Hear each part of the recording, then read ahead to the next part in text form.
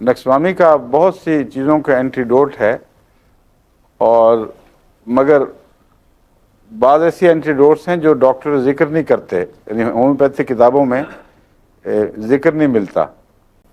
بعض قسم کی الرجیز کا بھی اینٹیڈوٹ ہے یہ۔ بعض لوگوں کو چاول سے الرجی ہو جاتی ہے، چاول کھانے سے کافی تکلیف بڑھتی ہے۔ گوشت سے الرجی ہو جاتی ہے، گوشت سے بعض تکلیفیں بڑھ جاتی ہیں۔ نکسوامی کا آپ کو چاولوں میں کہیں ذکر نہیں ملے گا، گوشت میں ملتا ہے، لیکن میں نے مریضوں پہ استعمال کر کے دیکھا ہے اس کی علامتوں کی وجہ سے۔ چاول کھانے سے جن کو تیزابیت بڑھے اور پھر تکلیف ہو، تیزابیت کے حوالے سے میں نے نکسوامی کا دیا اور بہت جلدی فائدہ ہوا۔ پھر مستقل میں نے ایسے مریضوں پر استعمال کر کے دیکھا جن کو چاول سے تکلیف بڑھتی ہے، تو نکسوامی کا ہر دفعہ کام کرتا ہے۔ حالانکہ نارملی جو اس کی ڈسکرپشن ملتی ہے یہ خشک دوا ہے، اور چاول سے بڑھنے والی تکلیفیں ایسی دواؤں سے تعلق رکھتی ہیں جن کو ہم مرطوب دوائیں کہتے ہیں، مثلا نیٹرم سلف۔ نیٹرم سلف نیٹرم میور کی طرح ایک نمک کا سالٹ، اس کا سالٹ ہے سوڈیم کا۔ سوڈیم میں جو زیادہ تر ہمارے استعمال ہوتے ہیں سالٹس، ایک ہے سوڈیم، یہی نیٹرم کے حوالے سے یاد ہے، نیٹرم کلورائڈ، وہ اتنا نہیں، نیٹرم سلف، نیٹرم میور اور نیٹرم کارب۔ سوڈیم کاربونیٹ اور سوڈیم کلورائڈ اور سوڈیم سلفیٹ۔ جہاں لفظ نیٹرم آئے وہاں یاد رکھیں کہ مراد سوڈیم ہے۔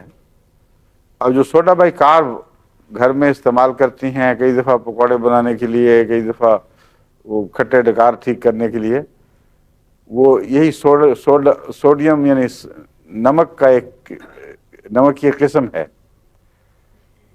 نمک ہوتا ہے کلورین کے ساتھ، جب سوڈیم رد عمل دکھائے تو سوڈیم کلورائڈ بن جاتا ہے، یعنی نیٹرم میور۔ میور کہتے ہیں اصل میں تو سمندر کو، میرا، پرانی انگلش میں میر اور میرا سمندر کو کہا جاتا تھا۔ تو سمندر کا چونکہ نمک سے بہت تعلق ہے، اس لیے سمندر میں سب سے زیادہ پایا جانے والا نمک چونکہ سوڈیم کلورائڈ ہے، اس لیے میور کا نام ہی، میئر لفظ کلورین کے لیے استعمال ہو گیا، کلورائڈ کے لیے۔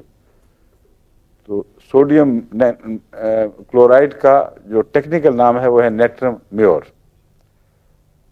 اور دوسرا میں نے کیا بتایا، سلفر کے ساتھ جب یہ رد عمل دکھا کر نمک بناتا ہے تو سوڈیم سلف کہتے ہیں اس کو، نیٹرم سلف۔ اور کاربن کے ساتھ جب ملتا ہے تو سوڈیم کاربونیٹ یا سوڈیم بائی کاربونیٹ۔